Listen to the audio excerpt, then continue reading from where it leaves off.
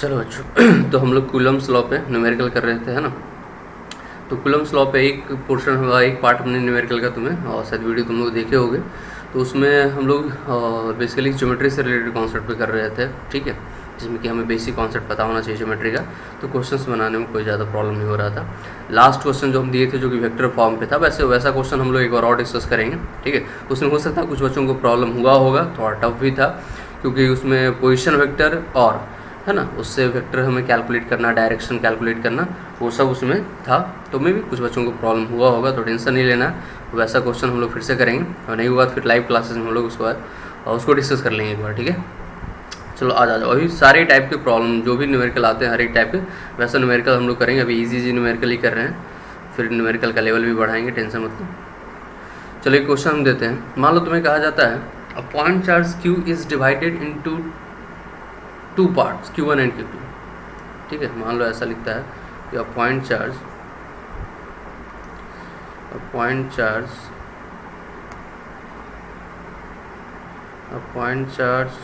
Q is divided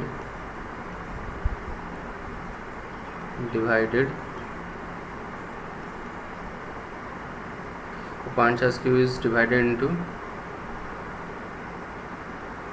Q1 and Q2, है ना। दो पार्ट में डिवाइड कर दी Q1 and Q2 and placed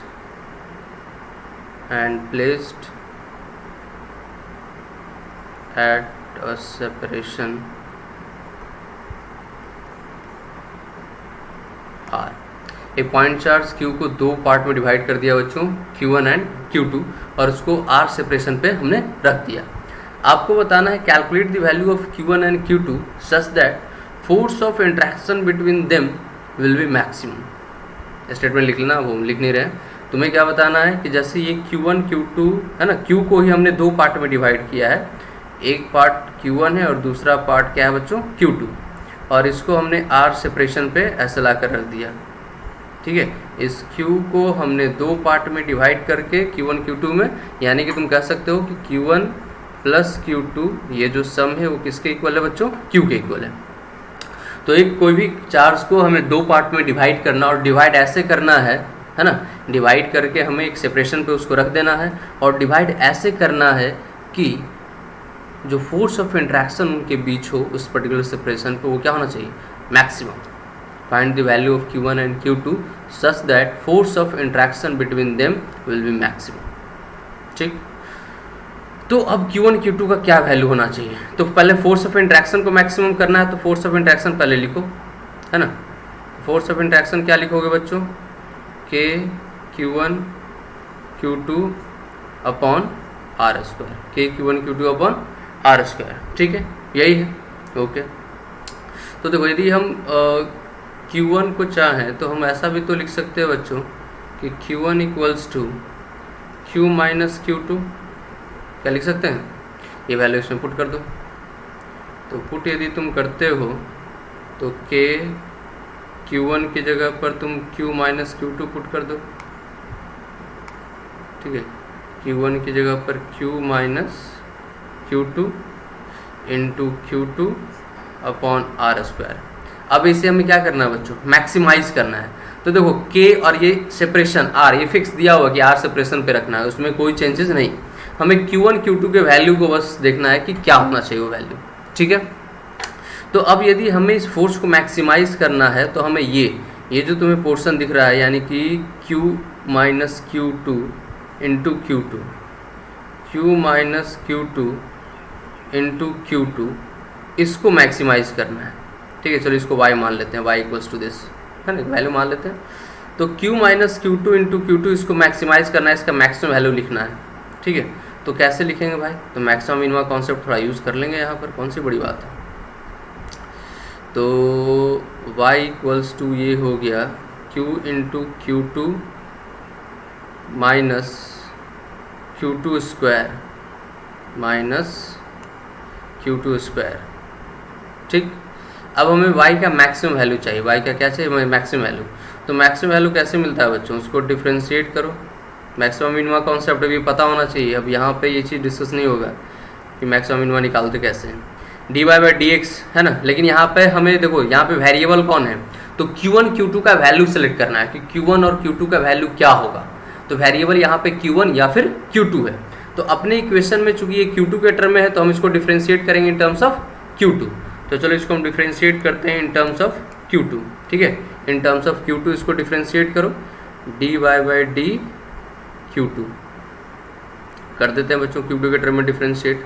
तो डिफ्रेंशिएट यदि करते हो तो देखो Q, कैपिटल Q जो है ये तो कांस्टेंट टर्म है क्योंकि ये वैल्यू तो फिक्स है।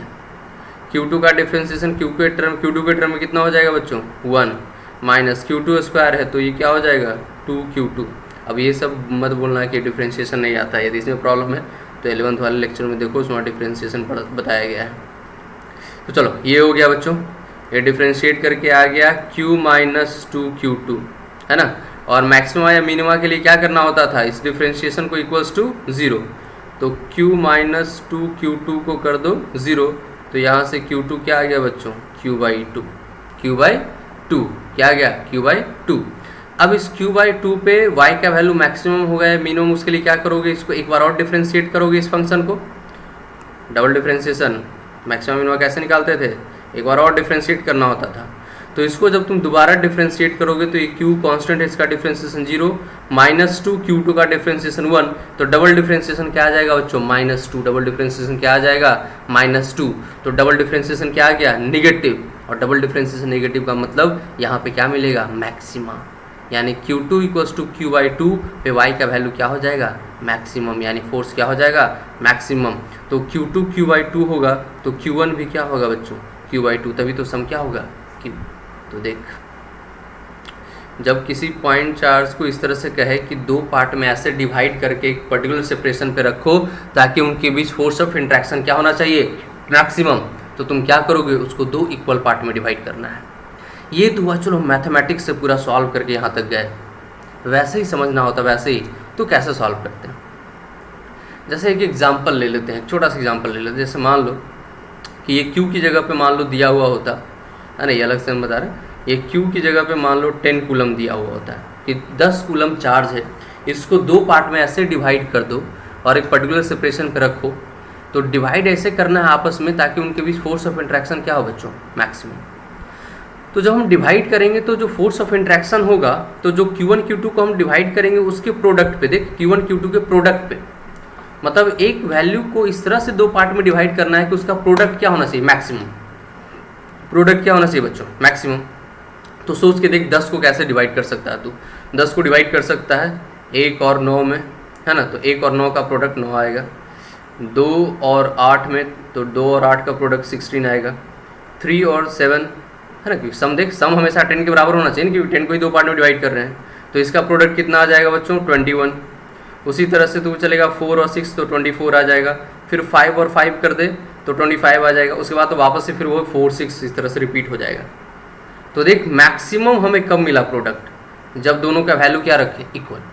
तो किसी भी एक पर्टिकुलर वैल्यू को दो पार्ट में ऐसे डिवाइड करना है, ये सिंपल समझो कि रीजनिंग का क्वेश्चन हो गया, है ना, ये कुछ फिजिक्स इसमें था ही नहीं।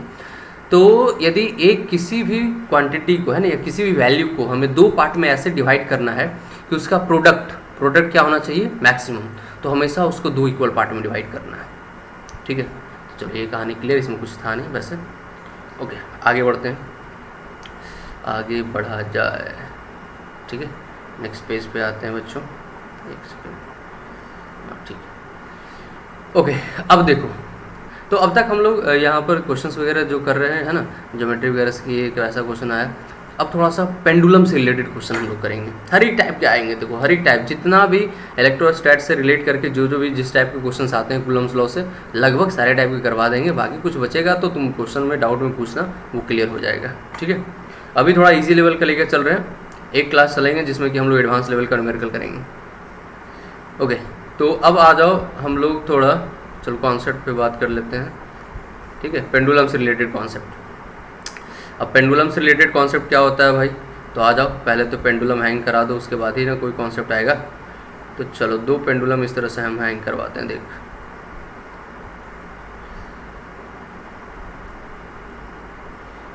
ये दो पेंडुलम है ना, दोनों पेंडुलम का लेंथ बच्चों बराबर है। एक सेकेंड, क्वेश्चंस को सॉल्व किया करो खुद से, जो भी तुम्हारे पास बुक है उससे भी क्वेश्चंस को सॉल्व किया करो कूलम्स लॉ से, है ना। खास करके ये जो पोर्शन है ये तो बिल्कुल ग्रेविटेशन जैसा है, यदि ग्रेविटेशन तुम लोग पढ़े होगे Gm1m2/r², तो उससे भी रिलेटेड है। चलो, तो ये दो पेंडुलम है, एक स्ट्रिंग से इस तरह से हैंग कर रहा है ना, दोनों अलग अलग स्ट्रिंग से हैंग कर रहा है। अब इसमें क्वेश्चंस वगैरह क्या पूछे जाएंगे हमें, तो देखो ये जो बॉब है, ये जो हैंग कर रहा है, इसका तुम्हें दिया रहेगा कि इसका मास जो है, मान लो इस बॉब का जो मास है, ये मास हमें दिया रहेगा कि मास m है और इस पे चार्ज रखा हुआ है q। दोनों का मास क्या है बच्चों, m, और दोनों पे चार्ज कितना रखा हुआ है, स्मॉल q। ठीक, इस स्ट्रिंग है, स्ट्रिंग का लेंथ वगैरह दिया रहता है, लेंथ दिया रहेगा, एंगल दिया रहेगा, सेपरेशन दिया रहेगा, जो रिक्वायरमेंट होगा उसके अकॉर्डिंग चीज़ें वहाँ गिवन होगा। जैसे मान लो सेपरेशन r है, ठीक है, ये लेंथ जो है स्ट्रिंग का, ये लेंथ मान लेते हैं l है, ठीक है। ये जो एंगल अभी बना रहा है यहाँ पर, इस एंगल को दो पार्ट में डिवाइड करो और ये दोनों एंगल थीटा है ना, ये एंगल कितना है बच्चों, थीटा। तो कुछ इस तरह से तुम्हें कुछ वैल्यूज़ गिवन होंगे, कुछ हमें कैलकुलेट करना पड़ता है, और कोई बड़ी बात नहीं है इसमें, ठीक है। ओके, अब इसमें क्या कैलकुलेशन करना पड़ सकता है, ठीक है। तो कैलकुलेशन यहाँ क्या करना पड़ेगा बच्चों, हम लोग फोर्स की बात कर रहे हैं तो वैसे फोर्स वगैरह का ही कैलकुलेशन चलेगा, ठीक है। जैसे देखो एक इस पे सोचो, इस बॉब पे कौन कौन से फोर्सेज एक्ट हो रहे होंगे। पहले तो उन सारे फोर्सेज को ड्रॉ करते हैं। तो सबसे पहले यदि m मास है तो एक फोर्स तो हमें दिमाग में क्लियर आ जाता है कि इस पे ग्रेविटेशनल फोर्स लग रहा होगा नीचे की तरफ, mg। ये सेपरेटेड क्यों है भाई, ये आपस में टच क्यों नहीं कर रखा है, क्योंकि दोनों पे चार्ज क्यों है, वो क्यों दोनों को क्या कर रखा है बच्चों, रिपेल करके रखा है। तो वो फोर्स कौन सा है, इलेक्ट्रोस्टैटिक फोर्स। ये जो इस पे जो क्यू चार्ज है और इस पे जो क्यू चार्ज है ना, दोनों एक दूसरे को क्या कर रहा है, रिपेल। तो इसको इस डायरेक्शन में ऐसे रिपेल कर रहा होगा, और इस फोर्स को हम कहते हैं इलेक्ट्रोस्टैटिक फोर्स। इसका वैल्यू कितना होगा, KQ1Q2, यानी कि KQ² डिवाइडेड बाई सेपरेशन अभी कितना है दोनों बॉब के बीच, R। ठीक, कोई कन्फ्यूजन, इस पे यही फोर्स इस डायरेक्शन में ऐसा एक्ट हो रहा होगा, इलेक्ट्रोस्टैटिक रिपल्सन। ओके, किसी एक पे कर लेते हैं कैलकुलेशन, बात वही आएगा। और दूसरा, इस थ्रेड में एक टेंशन डेवलप हो रखा होगा। थ्रेड है बच्चों, स्ट्रेच्ड है, तो वैसे उसमें क्या एक टेंशन डेवलप हो रखा होगा। अब यहाँ पे इसको सॉल्व कैसे करना है, ठीक है। तो आ जाओ, ये बिल्कुल यहाँ के बाद तो सिंपल है यार, लॉज ऑफ मोशन में हम लोग इक्विलिब्रियम वाले कॉन्सेप्ट पे क्वेश्चन सॉल्व करते हैं। इक्विलिब्रियम है जिस भी पॉइंट पे, तो वहाँ पे नेट फोर्स क्या करना होगा, 0। तो क्या कैसे करते थे यार, हॉरिजॉन्टल फोर्स और वर्टिकल फोर्स को क्या कर लेना होता है, बैलेंस कर लेना होता है। तो उसके लिए ये टी का हम लोग दो कंपोनेंट ब्रेक कर देते हैं। एक कंपोनेंट इसका ऐसे वर्टिकली ऊपर हो जाएगा और एक कंपोनेंट इसका इधर हॉरिजॉन्टल हो जाएगा। अब ये कंपोनेंट कैसे, ये एंगल थीटा, तो ये एंगल भी तुम्हारा क्या हो जाएगा, थीटा। तो ये जो वर्टिकली अपवर्ड वाला कॉन्सेप्ट कंपोनेंट हो गया, वो हो जाएगा बच्चों टी कॉस थीटा, और ये हॉरिजॉन्टल कंपोनेंट हो जाएगा टी साइन थीटा। सिंपल। अब देख, यदि ये पॉइंट इक्विलिब्रियम में है, यदि ये पॉइंट क्या है बच्चों, इक्विलिब्रियम में है, तो नेट फोर्स क्या होना चाहिए उस पर, 0। नेट फोर्स 0 कैसे होगा, जब हॉरिजॉन्टल फोर्स एक दूसरे को बैलेंस करेगा और वर्टिकल फोर्स एक दूसरे को क्या कर लेगा, बैलेंस कर लेगा। सीधी सी बात है। तो हॉरिजॉन्टल फोर्स इस बॉब पे दो एक्ट हो रहा है, एक टी साइन थीटा और दूसरा है इलेक्ट्रोस्टैटिक फोर्स। एक टी साइन थीटा और दूसरा इलेक्ट्रोस्टैटिक फोर्स, ठीक है। तो करा दे बैलेंस दोनों को, तो करा बैलेंस। पहला इक्वेशन क्या लिखेगा, टी साइन थीटा बैलेंस कर रहा है किसको, टी साइन थीटा बैलेंस कर रहा है किसको बच्चों, इलेक्ट्रोस्टैटिक फोर्स Fe। बाद में लिख देंगे उसको KQ²/R², एक्सप्रेशन बड़ा करने का जरूरत नहीं, अभी सिंपल बस फार्मूला हम लोग देख रहे हैं। अब दूसरी बात, टी कॉस थीटा किसको बैलेंस करेगा, तो टी कॉस थीटा बैलेंस कर लेगा किसको, mg को, है ना जी। ये टी कॉस थीटा किसको बैलेंस कर लेगा, mg को। तो टी कॉस थीटा ये बैलेंस कर लेगा किसको, mg को। अब ये रेशियो ले ले, रेशियो जैसे ही तुम लोगे तो रेशियो लोगे तो यहाँ पे क्या आ जाएगा, देख ये 1, इक्वेशन 1। ये बस इक्वेशन तुम्हें लिखने आना चाहिए, इक्वेशन लिखने आ गया, इसमें कुछ टर्म्स गिवन होंगे, कुछ तुम्हें क्या करना होगा, कैलकुलेट करना होगा। एटलीस्ट रिलेशन हमें आना चाहिए, इक्वेशन लिखने आना चाहिए। तो जब ये रेशियो लेगा तो ये साइन बाई कॉस टैन हो जाएगा, टी तो कैंसिल हो जाएगा बच्चों। तो tan theta equals to Fe, electrostatic force by gravitational force mg। बात समझ में।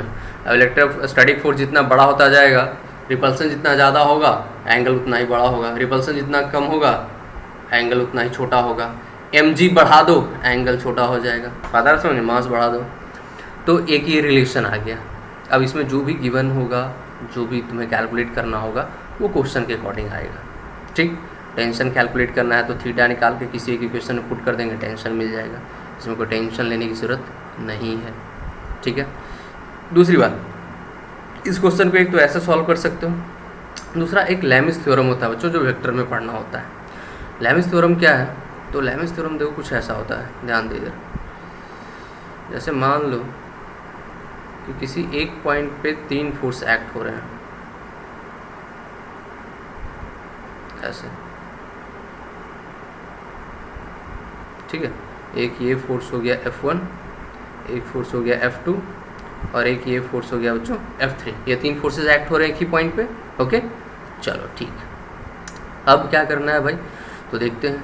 अब मान लो ये एंगल्स तुम्हें दिया हुआ है, जैसे ये है मान लो θ3, ये है θ2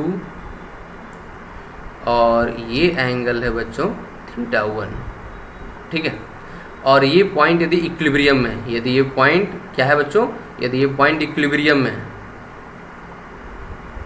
जहाँ पे तीनों फोर्स एक्ट हो रहा है, यदि वो इक्विलिब्रियम में, इक्विलिब्रियम तुम लोग अब समझते होगे,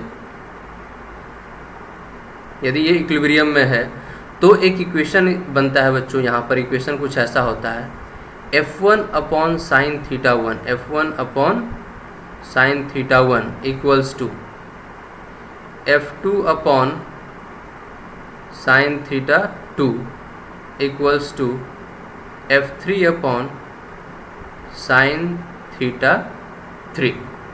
बात आ रहा समझ में? तो ये एक रिलेशन, इसको याद रखना है, इस टाइप के क्वेश्चंस में बहुत ज़्यादा यूज़ होने वाला है, क्योंकि देखिए यहाँ पर जनरली 3 ही फोर्सेस तुमको मिलेंगे, टेंशन, इलेक्ट्रोस्टैटिक फोर्स और ग्रेविटेशनल फोर्स। तो 3 फोर्सेस होगा तो कुछ ये कॉन्सेप्ट हम लोग वहाँ पे यूज़ कर सकते हैं। और चूँकि ये बॉब भी क्या है बच्चों, इक्विलिब्रियम में ही है। कैसा है ये? इक्विलिब्रियम में है, तो हम ये कॉन्सेप्ट वहाँ पर यूज़ कर सकते हैं। तो इसको थोड़ा याद रखना है, इसको लैमिस थ्योरम कहते हैं। ठीक है, ध्यान में रखना है, वेक्टर में ये सब कॉन्सेप्ट पढ़ना होता है। ठीक है, इसी कॉन्सेप्ट का एक हम लोग देखे भी थे, सेंट्रॉइड पे नेट फोर्स 0 होता है, वहाँ पे भी इस कॉन्सेप्ट का यूज़ है। खैर चलो, ये ध्यान में रखना है इसको। तुम चाहो तो ये फार्मूला ये जो कॉन्सेप्ट है यहाँ पे अप्लाई कर सकते हो। कैसे अप्लाई करोगे, तो इसका फ्री बॉडी डायग्राम पहले उसके लिए तुम्हें यहाँ बनाना पड़ेगा। इसको थोड़ा सा हम सेपरेट कर देते हैं।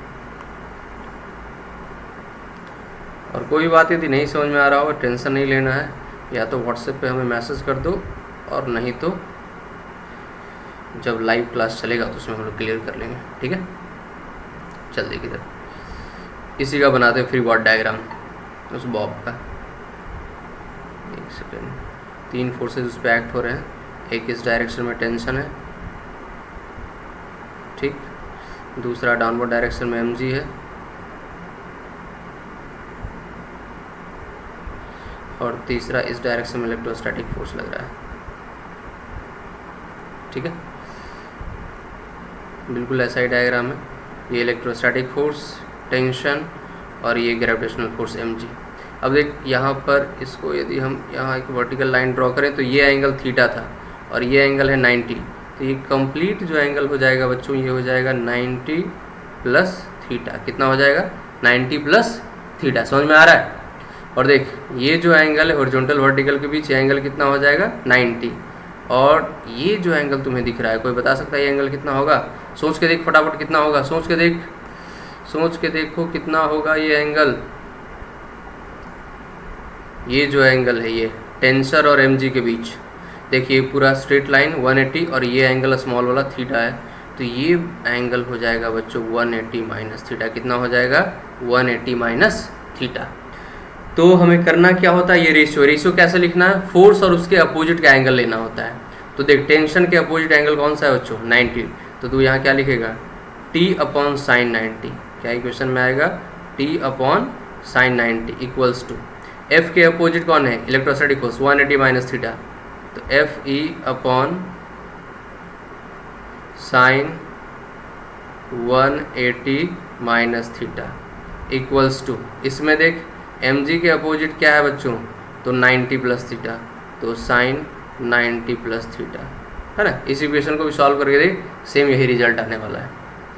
ठीक है, तो पेंडुलम से यदि रिलेटेड क्वेश्चन रहा तो कुछ यही सब कॉन्सेप्ट का, इस बेसिक कॉन्सेप्ट का वहाँ पर एप्लीकेशन होगा।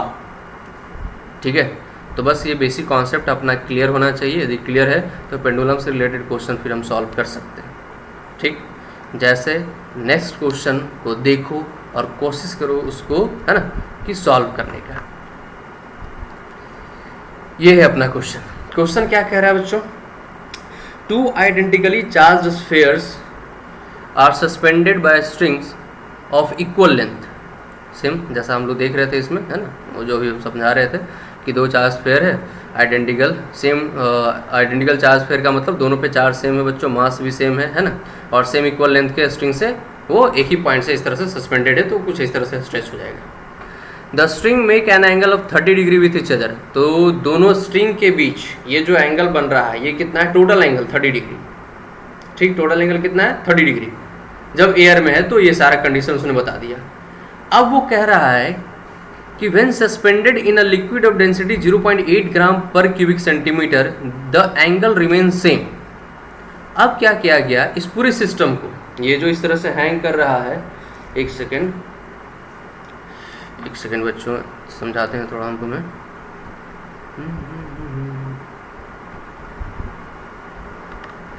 हाँ, तो देखो कहा क्या जा रहा है कि पहले जब ये इस तरह से था, ठीक है, स्ट्रिंग, तो इनके बीच ये जो कंप्लीट एंगल, ये जो तुम्हें दिखाई दे रहा है, ये जो एंगल फॉर्म हो रहा है, ये एंगल कितना है बच्चों? 30 डिग्री।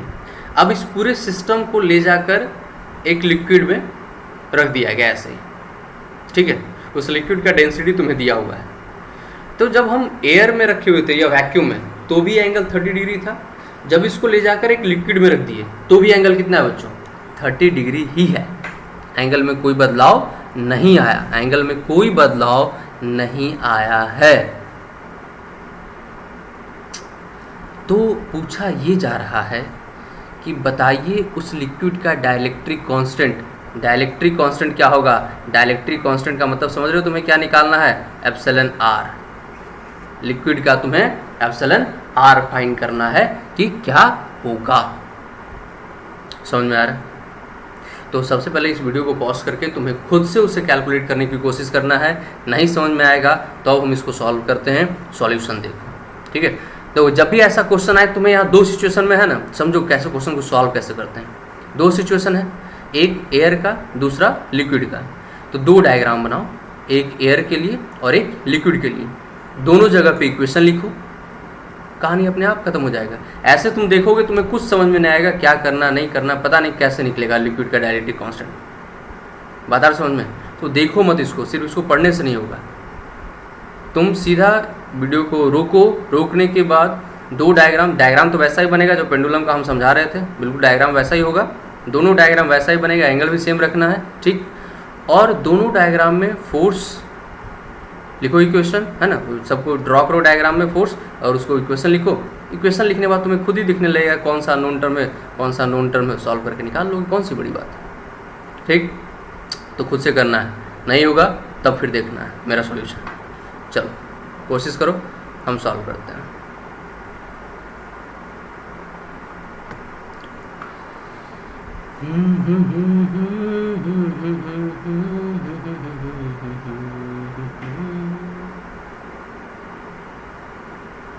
चलो आ जाओ, ठीक है। जैसे हो गया बहुत अच्छी बात है, नहीं हुआ है कोई बात नहीं, आ जाओ सॉल्यूशन देखते हैं। तो पहले हम लोग वैक्यूम में, जो वैक्यूम है पहले उसमें बनाते हैं इस डायग्राम को, ठीक है। और पहले वैक्यूम में इसको सॉल्व करने की कोशिश करते हैं, फिर चलेंगे लिक्विड में लेकर चलेंगे उसको, कोई दिक्कत वाली बात नहीं। तो चलो डायग्राम बनाया जाए, ठीक है।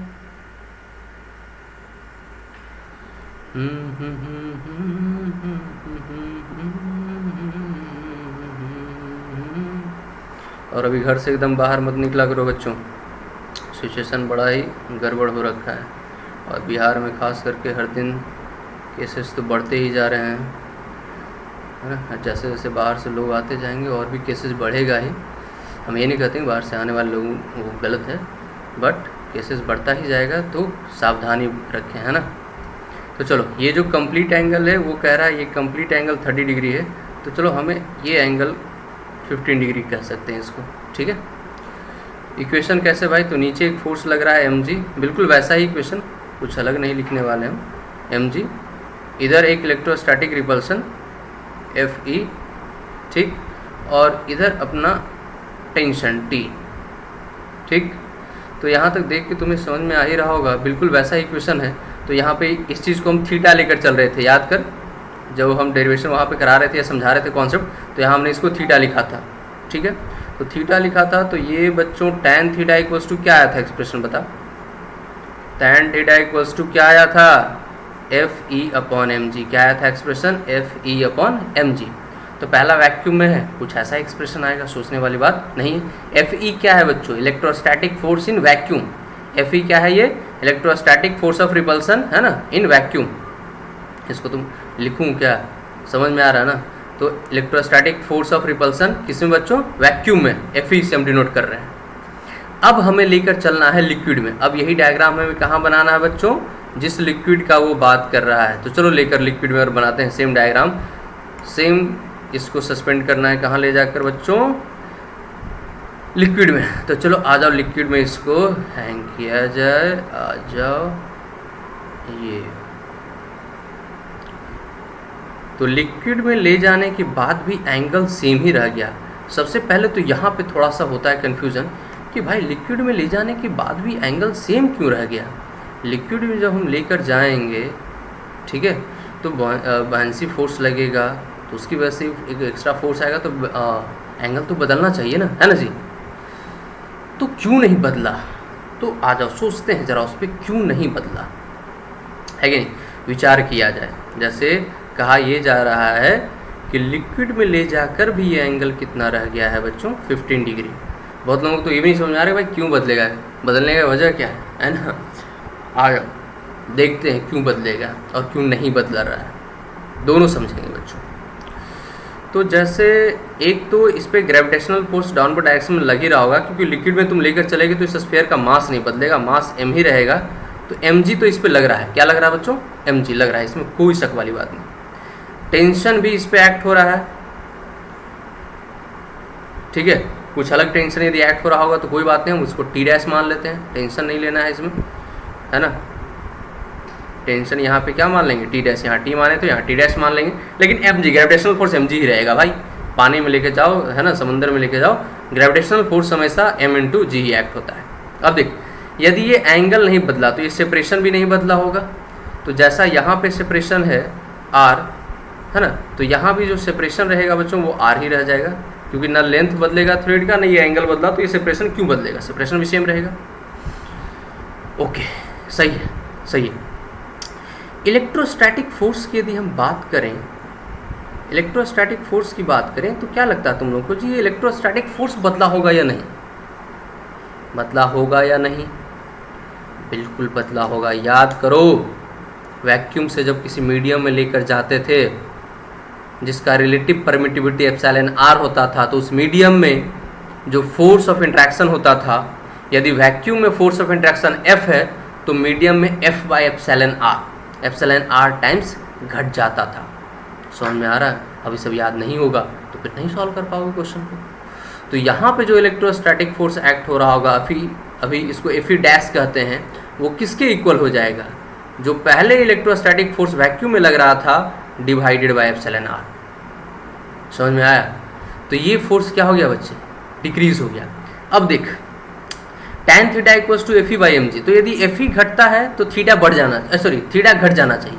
यदि Fe रिड्यूस हो रहा है, मतलब इलेक्ट्रोस्टैटिक फोर्स रिड्यूस हो रहा है, तो थीटा को क्या होना चाहिए था, घटना चाहिए था। तो देखिए यहाँ पे इलेक्ट्रोस्टैटिक फोर्स कम हुआ ना, मीडियम में जाते ही इलेक्ट्रोस्टैटिक फोर्स वैक्यूम से कम हो जाता है, सेम सेपरेशन पे रखा जाए, ये बताया हुआ है। सेम सेपरेशन में वैक्यूम में रखा है, और उसी सेम सेपरेशन में यदि मीडियम में ले जाकर रख दो किसी मीडियम में, तो वहाँ पे फोर्स रिड्यूस हो जाता है। तो रिड्यूस हो गया, तो रिड्यूस होने से वो घटा क्यों नहीं, एंगल डिक्रीज क्यों नहीं हुआ, क्यों नहीं हुआ एंगल डिक्रीज, क्यों नहीं हुआ, क्योंकि ये जो mg नीचे की तरफ फोर्स लग रहा था, अब सिर्फ यहाँ mg नहीं लगेगा बच्चों, एक और फोर्स इस पे ऊपर की तरफ लगेगा जिसको हम कहते हैं बायंसी फोर्स। क्या कहते हैं बच्चों, बायंसी फोर्स, जो कि लिक्विड की वजह से लगेगा, अपथ्रस्ट। तो तो इस वजह से नेट जो डाउनवर्ड डायरेक्शन का फोर्स था वो भी घटा, मतलब नेट इफेक्टिव डाउनवर्ड डायरेक्शन का फोर्स ये भी क्या हुआ है, रिड्यूस हुआ है। इसी वजह से ये रेशियो चेंज नहीं हो रहा है। तो अब सोचो यहाँ पे नेट डाउनवर्ड डायरेक्शन में यदि हमें नेट फोर्स लिखना होगा तो क्या लिखेंगे, नेट डाउनवर्ड डायरेक्शन में Fv ऊपर mg नीचे। तो हम इसको देखो थोड़ा सा चेंज कर देते हैं, हम चाहें तो ऐसा लिख सकते हैं, डायरेक्ट डाउनवर्ड डायरेक्शन में ही लिख देंगे। क्या लिख देंगे बच्चों, mg माइनस Fv। कैसा लिख सकते हैं, Fv किधर लग रहा था बायनेंसी फोर्स या थ्रस्ट ऊपर, तो उसको हम लोग नीचे की तरफ ऐसे दिखा दिए mg माइनस, जैसे नीचे 20 न्यूटन ऊपर 5 न्यूटन, तो नीचे की तरफ नेट लिख सकते हैं ना 20 माइनस 5, है कि नहीं।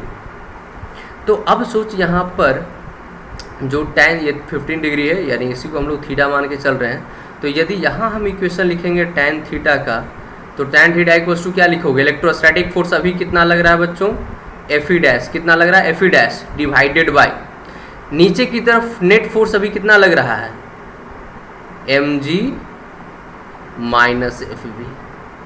बात आ रहा समझ में, mg माइनस Fv या F थ्रस्ट, इसको कुछ भी कह सकते हो, समझ में आ रहा है। तो देखिए ऊपर का भी न्यूमरेटर भी घटा, डिनोमिनेटर भी डिक्रीज हुआ, दोनों डिक्रीज हुआ, इसलिए रेशियो क्या रह गया, सेम रह गया। समझ में आ रहा है कुछ। अब हमसे पूछा क्या गया था, लिक्विड का डाइलेक्ट्रिक कांस्टेंट कैसे कैलकुलेट करेंगे। तो उसके लिए चलो आ जाओ, थोड़ा सा ये सब Fv बायनेंसी फोर्स वगैरह को लिखना होगा। तो हम लोग नेक्स्ट पेज पे चलते हैं, ज़्यादा अच्छा रहेगा। पहले तो बायनेंसी फोर्स लिखते कैसे हैं, आ जाओ उसको समझते हैं। लिखा ऐसे जाता है, volume of body inside into density of what, liquid. Density किसका लेना होता है, लिक्विड का, इनटू जी। बायनेंसी फोर्स क्या कहते हैं, जब हम किसी ऑब्जेक्ट को किसी लिक्विड के अंदर ले जाते हैं, अब थ्रस्ट फोर्स पढ़े होगे फ्लूइड में, जब हम किसी ऑब्जेक्ट को किसी लिक्विड के अंदर ले जाते हैं तो लिक्विड उस ऑब्जेक्ट पे अपवर्ड डायरेक्शन में एक फोर्स लगाता है, और उस फोर्स का मैग्नीट्यूड उस ऑब्जेक्ट के द्वारा रिप्लेस किए गए लिक्विड के वेट के इक्वल होता है। क्या कहे गए भाई, तो जो अपथ्रस्ट फोर्स लगता है ऊपर की तरफ, उसका वैल्यू होता कितना है, उसका वैल्यू तुम बॉडी जितना इनसाइड ले जाओगे, ठीक, तो बॉडी जब इनसाइड वाटर या लिक्विड के अंदर जाएगा, तो लिक्विड के अंदर यदि जा रहा होगा तो लिक्विड को वो क्या करेगा, डिस्प्लेस करेगा, तभी तो अंदर अपना जगह बनाएगा। तो जितना लिक्विड वो अंदर से डिस्प्लेस करता है, समझ आ रहा है, उस लिक्विड का जो डिस्प्लेस्ड लिक्विड है, उस लिक्विड का जो वेट होगा उसके बराबर क्या लगाएगा, अपथ्रस्ट। तो वो स्फीयर पूरी तरह से अंदर जा चुका है, तो जितना स्फीयर का अपना वॉल्यूम होगा उतना वॉल्यूम उसने लिक्विड का क्या कर दिया बच्चों, डिस्प्लेस। तो स्फीयर का वॉल्यूम यदि v है तो कितना लिक्विड वो डिस्प्लेस किया है, v वॉल्यूम। तो यदि v वॉल्यूम का लिक्विड उसने डिस्प्लेस किया है तो उस लिक्विड का मास या फिर वेट कितना होगा, तो वॉल्यूम जितना डिस्प्लेस हुआ है into density of liquid, volume into density of liquid, ये क्या दे देगा, mass of liquid displaced by the object, ठीक, इनटू g से मल्टीप्लाई कर दो तो m इंटू जी, ये क्या हो जाता है, वेट। तो ये है weight of the liquid displaced by the object, इसी को कहते हैं अपथ्रस्ट फोर्स, ठीक है। तो ओके, अब इसको यदि हम m के टर्म में, मास ऑफ ऑब्जेक्ट के टर्म में लिखना चाह रहे हैं तो कैसे लिखेंगे, देख, मास ऑफ ऑब्जेक्ट जो होगा वो volume of object into density of object. तो इसको चलो डेंसिटी ऑफ मटेरियल, ये रो एल जो है, ये सब टर्म्स को बच्चे लिख लेना तो बाद में समझ में नहीं आएगा। रो एल क्या है बच्चों, density of liquid, density of liquid जो कि दिया हुआ है क्वेश्चन में, देखना 0.8। रो एम क्या है बच्चों, डेंसिटी ऑफ स्फीयर, या रो एस जो भी लिखना है लिख दो, कोई फ़र्क नहीं पड़ता है, हम रो एम लिख रहे हैं, मटेरियल जनरल टर्म हम निकाल दे रहे हैं। तो ये है डेंसिटी ऑफ स्फीयर, ठीक है, दोनों दिया हुआ है। तो अब यहाँ से देखो v, तो v इक्वल्स टू यहाँ से हम लिख सकते हैं v equals to m divided by density of material. अभी v का वैल्यू यहाँ पे उठा के पुट कर दो इस वाले क्वेश्चन में, तो v की जगह पे m divided by density of material, और ऊपर है density of liquid into g, और डिवाइड बाई नीचे क्या है, डेंसिटी ऑफ मटेरियल, ठीक है। तो अब जो अपना इक्वेशन था, इक्वेशन क्या था बच्चों, अपना जो इक्वेशन था प्रीवियस जो अभी हम लोग कैलकुलेट कर रहे थे 10, 15 है ना, उसको इक्वेशन को जरा इस साइड ला के लिख लेते हैं, दोनों इक्वेशन। चलो आ जाओ देख लो एक बार। tan theta equals to F E by M G, tan theta equals to F E dash by M G minus F B, है ना। दोनों इक्वेशन हम यहाँ लिख देते हैं, एक सेकेंड।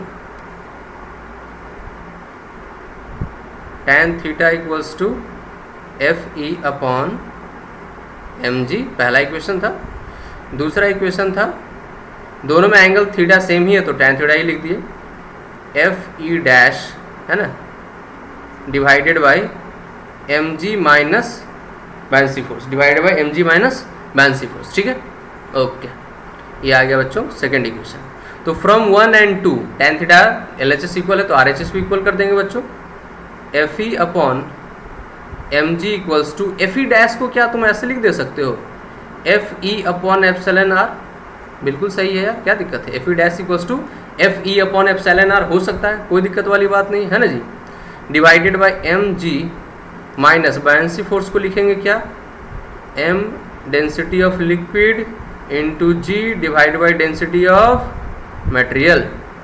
चलो अब इसको थोड़ा mg को कॉमन ले लो इसमें से, बाकी थोड़ा सा इसको रीअरेंज करके इसको आंसर तक लेके चले जाना है हमें, और कुछ भी नहीं।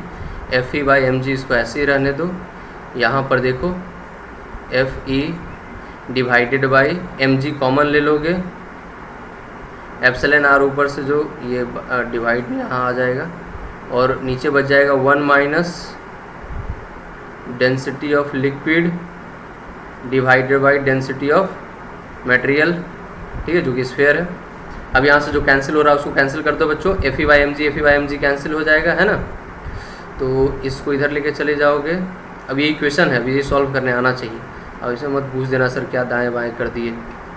1 minus density of liquid divide by density of material equals to 1। यहाँ से एप्सिलॉन आर निकालना है तो 1 minus density of liquid size 0.8 दिया हुआ है और डेंसिटी ऑफ मटेरियल दिया हुआ बच्चों 1.6 इक्वल्स टू 1।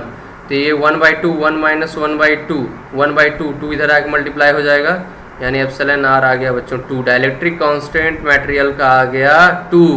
क्या आ गया डाइलेक्ट्रिक कांस्टेंट बच्चों मटेरियल का, 2 आ गया डाइलेक्ट्रिक कांस्टेंट, है ना।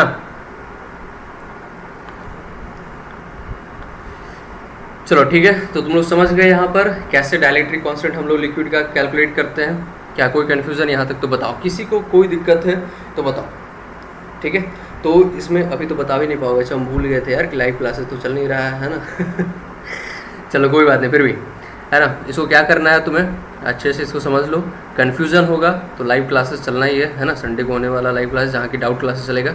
तो वहाँ पे जो भी कॉन्सेप्ट होगा, जो भी मन में तुम्हारे सवाल होंगे, जिस प्रकार के सवाल होंगे, हर प्रकार के सवाल को हम क्लियर करेंगे। लेकिन बस ध्यान ये रखना बच्चे, सवाल पढ़ाई से रिलेटेड होना चाहिए, घर परिवार का समस्या नहीं, है ना। चल, तो यहाँ तक ये कॉन्सेप्ट क्लियर हुआ। इसके बाद एक देख प्रीवियस ईयर में आया वो क्वेश्चन है, इसी मतलब इस टाइप का ही है, मतलब पेंडुलम से रिलेटेड है। आज हम उस क्वेश्चन को ज़रा देखते हैं, कोशिश करना पहले खुद से सॉल्व करने का। कहाँ चला गया क्वेश्चन, हाँ यहाँ है, देख ये क्वेश्चन तुम लोगों को दिख रहा है कि नहीं, थोड़ा सा इमेज क्लियर नहीं है तो हम हाँ थोड़ा सा इसको जूम कर रहे हैं। अच्छा ज़्यादा जूम हो गया, चल देख क्वेश्चन हम इसको पढ़ देते हैं, यदि तुम्हें नहीं दिख रहा हो तो ये नीट 2013 का क्वेश्चन है ना, 2013 में ये क्वेश्चन पूछा गया था।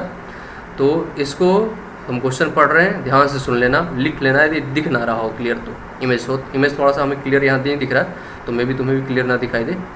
यहाँ कहा गया है कि 2 pith balls carrying equal charges are suspended from a common point by strings of equal length, ठीक है। The equilibrium separation between them is r. तो दो वही पेंडुलम है समझ लो, है ना, उनको एक थ्रेड से है ना इस तरह से सस्पेंडेड किया हुआ है, तो उनके बीच का जो अभी सेपरेशन है बच्चों वो आर है। अब क्या कहा जा रहा है कि now the string are rigidly clamped at half the height. पहले देख ये जो स्ट्रिंग था पहले ये यहाँ टॉप मोस्ट पॉइंट पे यहाँ पे क्लैम्प किया हुआ था, दिख रहा है, एक मिनट देख कर सर यहाँ जो रेड कलर से हम यहाँ क्लैम्प किया हुआ था। अब ये जो क्लैम्प पॉइंट है उसको थोड़ा नीचे लाया गया, समझ रहे हो, और थ्रेड को यहाँ पे लाकर यहाँ पे क्लैम्प कर दिया गया। और ये पॉइंट जो है वो कितने हाइट पे है, y/2 हाइट पे। कितने हाइट पे बच्चों, y/2 हाइट पे। तो पूछा जा रहा है कि अब the equilibrium separation between the balls now become, 4 option है तुम्हारे पास, 2r/√3 है ना, 2r/3, 1/√2 स्क्वायर, वैसे यहाँ थोड़ा सा मिस्टेक 1/√2 लिखा हो बट ये r/√2 होगा, r/√2, सॉरी r बाहर आ जाएगा, ये r इनसाइड नहीं रहेगा, r बाहर आ जाएगा बच्चों, यहाँ देख ऐसे r उसने लिखना भूल गया लगता है। ओके, और एक ऑप्शन है r/ है ना √2 तुम्हें ऐसा दिया हुआ है। तो तुम्हें बताना है कौन सा ऑप्शन इसमें सही है। ठीक है, तो इस क्वेश्चन को हम लोग सॉल्व करते हैं। वैसे कोशिश करो इसको वीडियो को रोक के खुद से पहले सॉल्व करने का। बिल्कुल बच्चे एकदम सेम वही कॉन्सेप्ट है, कुछ भी डिफरेंट नहीं है। 2 डायग्राम है ना, दोनों पे फ्री बॉडी डायग्राम ड्रॉ करो, इक्वेशन लिखो, सॉल्व कर दो, आंसर तुम्हारे सामने होगा नीट 2013 है ना। तो चल पहले उसको तू कोशिश ऐसे करेगा है ना, इसको वीडियो को रोक कर खुद से ट्राई करेगा। पहले नहीं हुआ तो हम सॉल्यूशन दे रहे हैं, पहले सॉल्यूशन देखने का नहीं है ना। चल आ जा, आओ बच्चों तुम्हें सुनाए कहानी, आ जा सुन। तो चलो डायग्राम, पहले तो दोनों डायग्राम ड्रॉ कर लो। आ जा डायग्राम ड्रॉ कर लेते हैं। ये है पहला डायग्राम,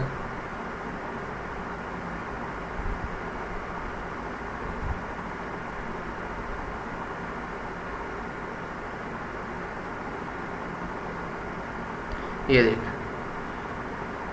ठीक है, ये पहला डायग्राम है। इस तरह से ये हैंग कर रहा है ना, ठीक है। और ये सेपरेशन जो है वो क्या कह रहा है बच्चों, r, ठीक है। और ये जो हाइट है, ये हाइट कितना है बच्चों, y, ठीक है, ये हाइट। इसको डॉटेड लाइन से ऐसे ला सकते हो, वैसे कोई दिक्कत वाली बात नहीं। चलो इस एंगल को हम मान लेते हैं थीटा, ये एंगल कितना है बच्चों, थीटा, ठीक है। तो हम क्या बोले थे, वैसे फ्री बॉडी डायग्राम बना के इक्वेशन लिख देना है, कोई बड़ी बात नहीं इसमें। तो फ्री बॉडी डायग्राम क्या होगा भाई, तो इधर टेंशन T, नीचे ग्रेविटेशनल फोर्स mg, सेम एकदम सेम वही प्रोसेस है, कहीं कुछ अलग नहीं है। और एक इलेक्ट्रोस्टैटिक फोर्स Fe, ठीक है, कोई कन्फ्यूज़न इसमें। इस इलेक्ट्रोस्टैटिक फोर्स का वैल्यू कितना हो जाएगा बच्चों, k q यानी q², और सेपरेशन r², ठीक है। समझ में आ रहा है, यहाँ तक कोई कन्फ्यूज़न हो तो बताना, टेंशन लेने की ज़रूरत नहीं। ओके, अब इसके बाद जो इक्वेशन लिखे थे, यदि तुम्हें याद हो, क्या इक्वेशन आया था, तो tan θ = Fe divided by mg, है ना बच्चों, कोई कन्फ्यूज़न नहीं, क्लियर है भाई। Fe का वैल्यू लिख दो यहाँ पे, k q²/r² divided by mg। पहला डायग्राम हमने इस तरह से बना दिया, कोई दिक्कत वाली बात नहीं है, ठीक है। दूसरे डायग्राम को चलिए यहाँ पे बनाते हैं। दूसरे डायग्राम में उसने क्या किया ना, इस क्लैम्प पॉइंट को थोड़ा नीचे लेकर आ गया था, ठीक है। देख हम बना देते हैं, उसमें टेंशन लेने की जरूरत नहीं है। तो ये आ जा, बस जो क्लैम्प वो कर रहा था वो पॉइंट थोड़ा वो नीचे लेकर आ गया, देखा ऐसे, ठीक है, ऐसे।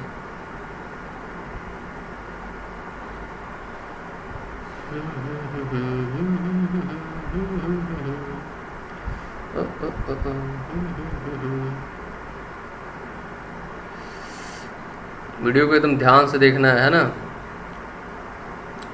तभी समझ में आने वाला, नहीं तो कुछ नहीं समझ में आएगा। तो वो देखिए, ये जो हाइट है, ये हाइट है y/2, पहले y हाइट पे क्लाइंब किया होता, y/2 हाइट पे, ठीक। तो अब ये जो सेपरेशन है वो भी चेंज हो जाएगा, r' हो जाएगा। तो हमसे यही सेपरेशन पूछा जा रहा है कि बता अब न्यू सेपरेशन क्या होगा, ठीक है। समझ रहा है ना, मतलब इस तरह से ये हैंग कर रहा था, पहले हम यहाँ पे ऐसे पॉइंट पे ऐसे पकड़े हुए थे ऐसे, और ये हैंग कर रहा है। अब हमने क्या कर दिया समझ, ऐसे, ये देखिए इस पॉइंट पे हम थ्रेड को ऐसे होल्ड करके रखें, तब ये पोर्शन ऐसे हैंग कर रहा है, ठीक है। तो ये सेपरेशन तुमसे पूछा जा रहा है, समझ में आ रहा है। आ जा, इक्वेशन वैसा ही बनेगा बच्चों। अब देख यहाँ पे जो एंगल होगा, चूँकि सेपरेशन बदला है तो इसलिए ये एंगल कुछ चेंज होगा, जैसे मान ले यहाँ थीटा था तो यहाँ पे तो कुछ अल्फ़ा लिख दे, इसको कोई दिक्कत वाली बात नहीं, अल्फ़ा हो जाएगा, है ना। mg मास तो बदलेगा नहीं स्फीयर का, तो ग्रेविटेशनल फोर्स वही रहेगा। इलेक्ट्रोस्टैटिक फोर्स बदल जाएगा, Fe अब जो होगा वो हो जाएगा बच्चों KQ स्क्वायर बाई सेपरेशन अब कितना है r डैश, तो r डैश स्क्वायर लिखेंगे। टेंशन मान ले T डैश हो गया, खैर टेंशन से बहुत ज़्यादा कुछ प्रॉब्लम भी नहीं है। तो यहाँ पे जब हम इक्वेशन लिखेंगे tan अल्फ़ा, तो इलेक्ट्रोस्टैटिक फोर्स, ठीक, डिवाइडेड बाई mg, और यहाँ इलेक्ट्रोस्टैटिक फोर्स कितना है बच्चों, तो KQ square upon r dash square divided by mg, divided by mg। क्या यहाँ तक क्लियर है? कोई कन्फ्यूज़न तो बता। यहाँ तक क्लियर है? चल, तो यहाँ तक क्लियर है तो आगे देख। tan theta equals to KQ square by r square, नीचे चला गया mg। अब ध्यान से देख इसमें यार, ये देख तो एक राइट एंगल ट्रायंगल बन रहा है क्या, देख बन रहा है ना राइट एंगल ट्रायंगल। तो tan थीटा इक्वल्स टू क्या होगा, परपेंडिकुलर बाय बेस, तो ये परपेंडिकुलर लेंथ कितना हो जाएगा, ये r/2 हो जाएगा। देख ये परपेंडिकुलर लेंथ कितना हो जाएगा, r/2, और ये बेस कितना है, y। तो तू लिख सकता है tan theta equals to r/2 divided by y, तो r divided by 2 into Y. चलिए पहला इक्वेशन। यहाँ पे tan अल्फा क्या लिखेगा, r डैश बाई 2, ये लेंथ देख, ये लेंथ ये कितना हो जाएगा r डैश बाई 2, और ये वर्टिकल हाइट कितना है, ये y/2। तो tan alpha perpendicular by base, तो tan alpha perpendicular by base, तो लिखिए यहाँ पे tan अल्फा इक्वल्स टू इधर KQ square by r dash का square into mg equals to tan alpha equals to perpendicular कितना है बच्चों, r डैश बाई 2, तो r डैश बाई 2, एक सेकेंड, r डैश बाई 2 देख, परपेंडिकुलर r डैश बाई 2 और base जो है वो y/2, तो ये 2 तो कैंसिल, तो ये आ जाएगा r डैश अपॉन y। तो ये आ गया सेकेंड इक्वेशन। अब इक्वेशन 1 और 2 को जरा इक्वेट करके देख लेते हैं, है ना बच्चों। रेशियो ले ले, कोई दिक्कत बुझाए तो रेशियो ले ले, दिक्कत वाली बात नहीं, 1 और 2 का रेशियो ले ले, ठीक है। रेशियो लेकर देख, KQ square by r square mg, या तू चाह तो KQ स्क्वायर निकाल दे सकता है। जैसे इक्वेशन 1 से देख KQ स्क्वायर को कैसे लिखेंगे, from equation 1 KQ square by mg equals to r³ upon 2y, है ना। देख ले, कन्फ्यूजन नहीं, ये r स्क्वायर को इधर भेज दिया तो r³ हो जाएगा, है ना। यहाँ पे उसी तरह से कर, r डैश स्क्वायर को इधर भेज दे, तो from equation 2, from equation 2 KQ square by mg equals to क्या हो जाएगा भाई, r dash cube upon y। कोई कन्फ्यूज़न है तो बता इसमें। अब इन दोनों इक्वेशन का देख, LHS RHS कर दे इक्वल, तो r³ upon 2y equals to r dash cube upon y, तो y और y गया। अब इसको क्यूब रूट को इधर भेज दे, तो r बाहर आ जाएगा, नीचे क्या बच जाएगा बच्चों, अंडर रूट 2 क्यूब रूट, यहाँ 3 लिख दिया ऐसे, क्योंकि ये देख 1/3 जाएगा ना, इक्वल्स टू r डैश। आ गया अपना आंसर। तो कुछ खास था नहीं बच्चे, बहुत टफ नहीं था। जो तुम्हें हम कॉन्सेप्ट बताए थे, है ना, तो कॉन्सेप्ट में ही तुम्हें क्या करना था, 2 सिचुएशन दिया हुआ था, वो दोनों सिचुएशन का डायग्राम बनाकर और उसी कॉन्सेप्ट से इक्वेशन लिखकर इक्वेट करना था। तो ये बहुत ज़्यादा टफ तो नहीं था, ये नीट 2013 का क्वेश्चन था। समझ में आया? तो पेंडुलम से रिलेटेड जो भी क्वेश्चन होगा बच्चे, पेंडुलम से रिलेटेड क्वेश्चन सब इसी कॉन्सेप्ट पे बेस्ड ऐसा ही कुछ होता है। एकदम डायग्राम सही से बना दो, फ्री बॉडी डायग्राम, ठीक है। फ्री बॉडी डायग्राम बनाने के बाद बस उस इक्वेशन को सही से इक्वेट करो, देखो क्या तुम्हें गिवन है, क्या तुम्हारा रिक्वायरमेंट है, क्या तुम्हें कैलकुलेट करना है, बस उसको तुम कैलकुलेट कर लो, सब कुछ तुम्हारे सामने होगा। क्लियर है? तो इस तरह से अपना आंसर आ गया। देखिए इसमें ऑप्शन दिया हुआ है, ये ऑप्शन कौन सा है, 4th ऑप्शन, देख लास्ट ऑप्शन ये, ठीक है। देखना ये नीट 2013 का है, यदि तुम्हारे पास प्रीवियस ईयर क्वेश्चन बैंक होगा तो उसमें भी तुम्हें मिल जाएगा ये क्वेश्चन। तो इस तरह से बच्चे ये कॉन्सेप्ट क्लियर हो गया है ना।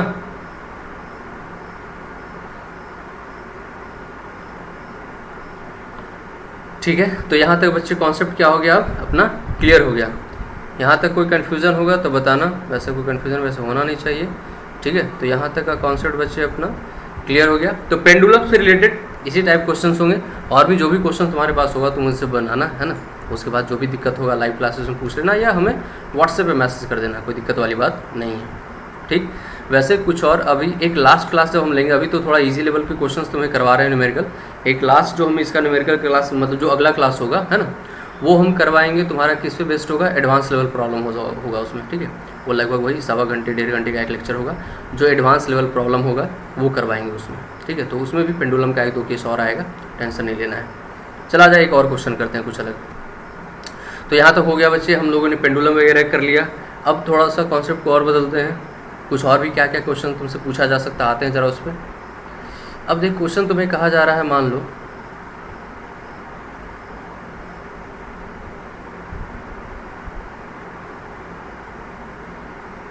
क्वेश्चन है कुछ ऐसा, सर्कल बनाना है, बड़ा कष्टकारी काम है।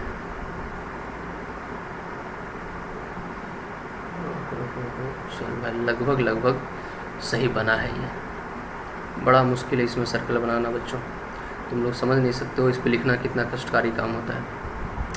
चलो, ये एक रिंग है, ये क्या है बच्चे, एक रिंग है, ये है एक ring of radius R. Complete sentence नहीं लिख देते हैं। यूनिफॉर्मली चार्ज्ड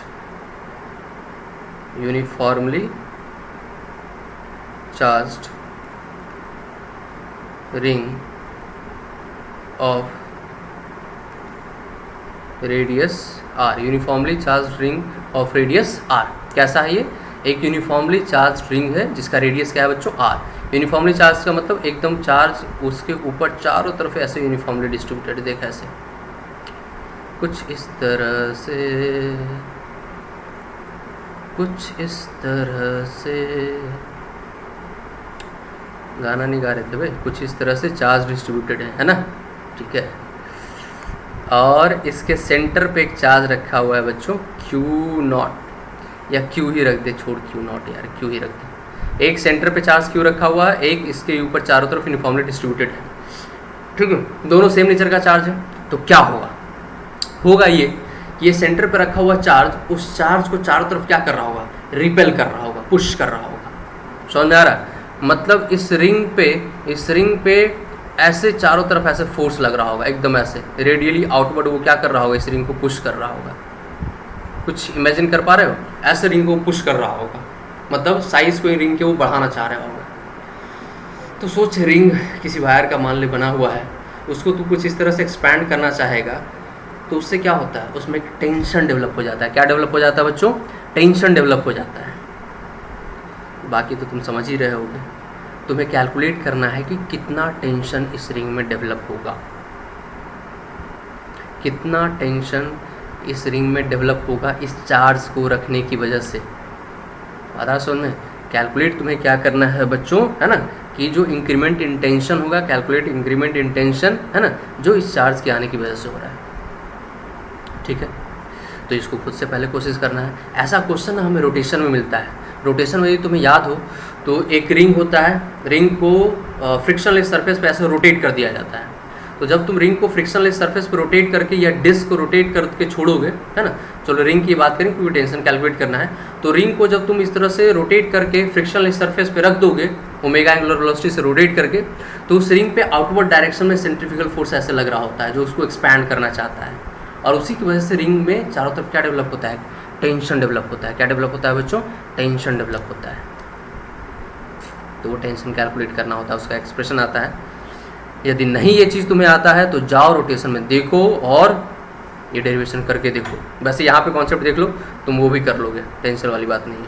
आजा देख, अब कैसे इसको कैलकुलेट किया जाए बच्चों। तो उसके लिए करना ये है कि तुम्हें एक छोटा सा पोर्शन यहाँ से कट करके बाहर निकाल लेना है।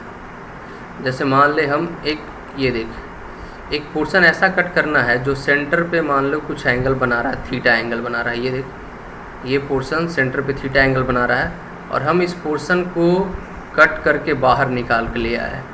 सिर्फ हम अब उसी पोर्शन का डायग्राम बनाएंगे बच्चों, थोड़ा बड़ा, है ना, जूम कर दिए थोड़ा उसको, उस पोर्शन को थोड़ा क्या कर दिए हम बच्चों, जूम कर दिए, है ना, कैमरा से उसको हम जूम कर दिए ताकि तुम्हें क्लियरली दिखाई दे। देख ये छोटा सा पोर्शन इतना बड़ा हो गया यहाँ के, ठीक है, जूम कर दिए उसको। और वो जो है उस सेंटर पे कितना एंगल बना रहा था, तो एंगल तो वही बनता रहेगा, जूम करने से थीटा एंगल अल्फ़ा या बीटा नहीं बन जाता है ना जी, जूम करने से थीटा एंगल थीटा ही रहेगा। तो देखिए वही थीटा एंगल बना रहा था सेंटर पे, बिल्कुल वैसा ही रहने दिए, कोई चेंजेस नहीं, ठीक है।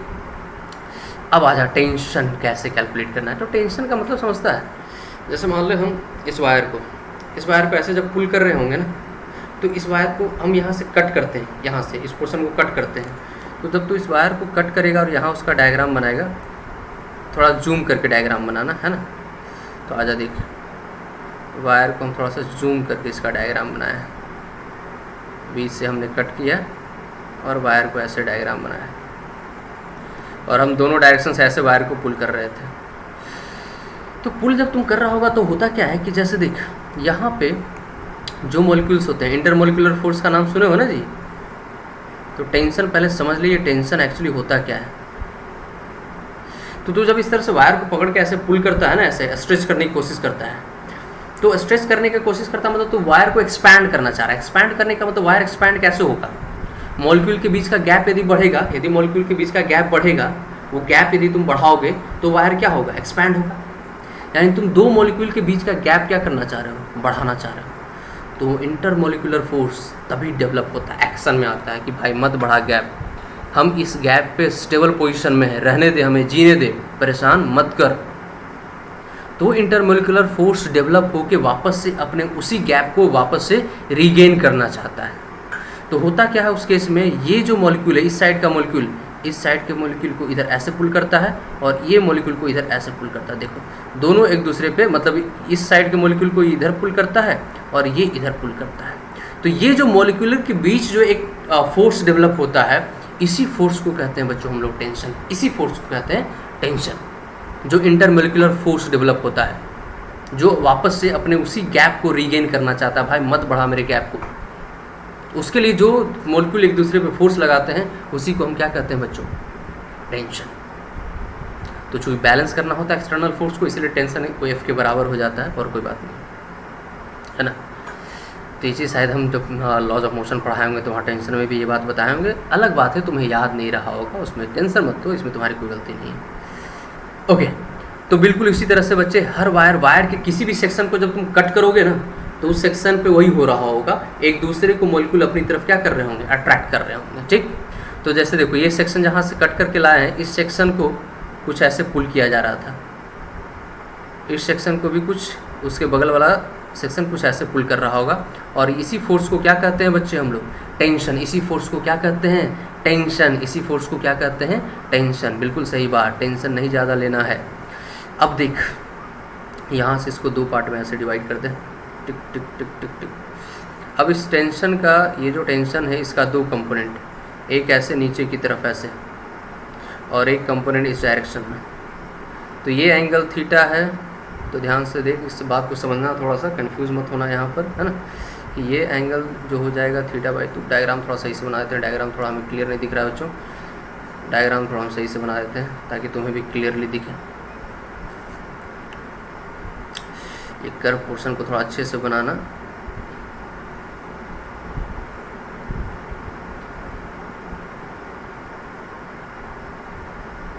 है ना।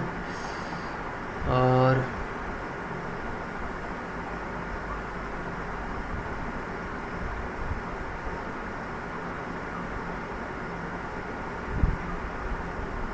ये थीटा एंगल है, ठीक है, और इधर टेंशन ऐसे पुल किया जा रहा है इसको टेंशन से, एक टेंशन ऐसा एक्ट हो रहा है इसमें, ठीक, एक टेंशन इस पर ऐसा एक्ट हो रहा है, ठीक है। इस टेंशन का देख दो कंपोनेंट होगा, एक हॉरिजॉन्टल एक वर्टिकल, ठीक है। तो उसके लिए एंगल चाहिए होगा, इसको यहाँ दो पार्ट में ऐसे डिवाइड कर दें।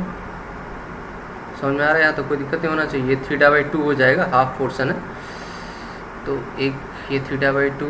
तो यदि हम लोग ब्रेक करें ऐसे ये, और इसको ऐसे, एक कंपोनेंट नीचे टेंशन का, इस टेंशन का दो कंपोनेंट होगा ना जी। ये जो टेंशन एक्ट हो रहा है ये दो कंपोनेंट होगा, एक हॉरिजॉन्टल एक नीचे वर्टिकल। तो ये एंगल θ/2 है, कंपोनेंट कैसे तोड़ेगा तो देखिए 90, तो ये एंगल 90 माइनस θ/2, ये जो एंगल है बच्चों वो θ/2 हो जाएगा। कॉपी पे तुम बना कर देखना, ये एंगल θ/2। तो ये जो कंपोनेंट है ये t cos θ/2, इसको हटा,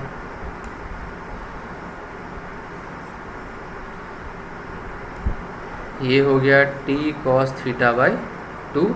उसी तरह से इसका भी दो कंपोनेंट, एक हॉरिजॉन्टल और दूसरा वर्टिकल।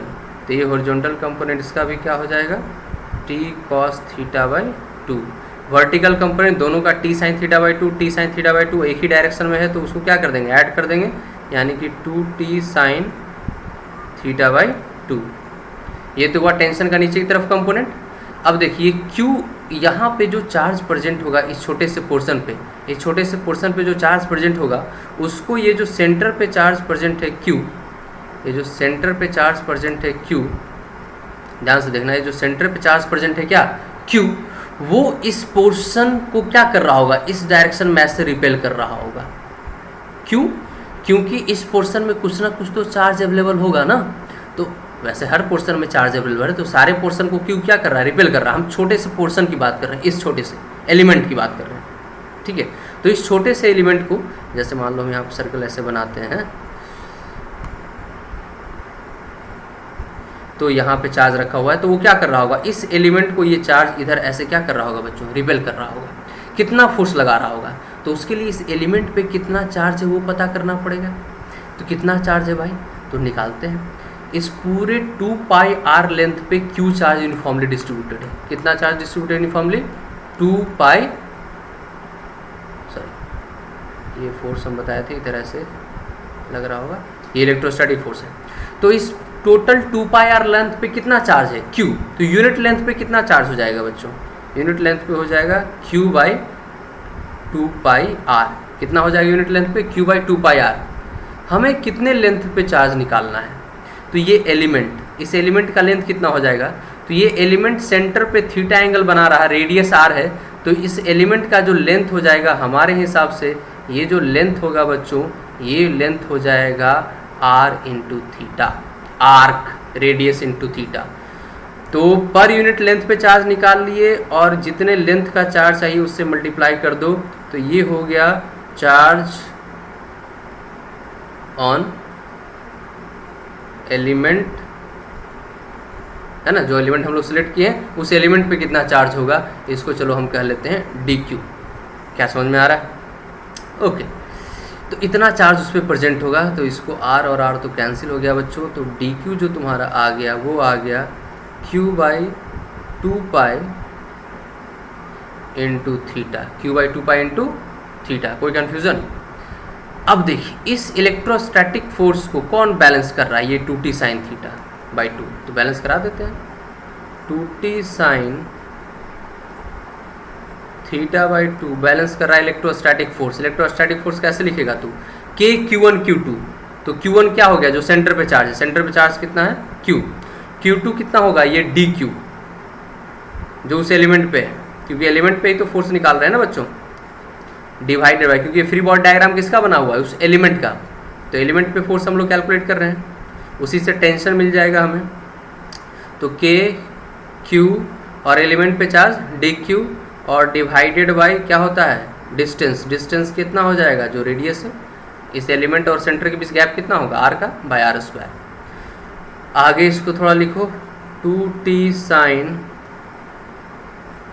θ/2 इक्वल्स टू dq का वैल्यू पुट कर दो, तो ये हो जाएगा K Q into Q² theta रह जाएगा, नीचे 2πr² हो जाएगा, r² यहाँ पे पहले से था। नेक्स्ट पेज पे चलते हैं, इक्वेशन को ध्यान से देखो क्या है, 2t sin θ/2 equals to K Q² theta upon क्या था जी, हमें 2πr², 2πr² है ना। चल अब देख, हमने छोटा सा एलिमेंट लिया था, छोटा सा एलिमेंट, तो छोटा सा एलिमेंट लेने का क्या मतलब है कि ये जो थीटा था ये क्या था, वेरी स्मॉल। बड़ा क्यों दिख रहा था, क्योंकि हम लोग उसको बताए ना तुमको जूम करके दिखा रहे थे, ठीक। तो थीटा काफ़ी स्मॉल है, तो उस केस में क्या होता है बच्चों, साइन थीटा अप्रॉक्सीमेटली, तो यहाँ पे साइन थीटा बाई 2 है, तो ये अप्रॉक्सीमेटली इक्वल्स टू किसके हो जाएगा, थीटा बाई 2। तो साइन थीटा बाई 2 की जगह पे तू लिख देगा क्या, थीटा बाई 2 लिख दे। 2t साइन थीटा बाई 2 की जगह पर theta by 2 equals to K Q square theta divided by 2 pi R square. तो ये थीटा और थीटा कैंसिल हो गया बच्चों, और यहाँ से t इक्वल्स टू आ गया, देखिए 2 और 2 कैंसिल हो जाएगा, t इक्वल्स टू आ गया K Q square by 2 pi R square. इतना टेंशन डेवलप होगा, कष्ट हुआ होगा, लेकिन इसको ध्यान से खुद से बनाने की कोशिश करना।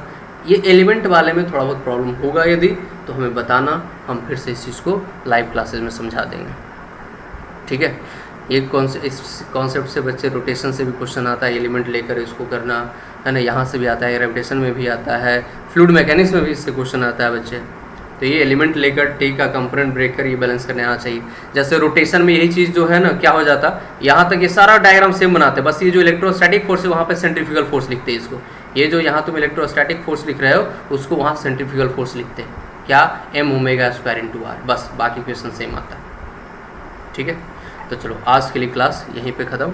नेक्स्ट क्लास में हम लोग कुछ एडवांस लेवल के प्रॉब्लम करेंगे, है ना, और चलो लगता है कि दो क्लास और चलेगा न्यूमेरिकल का। आज के लिए इतना ही।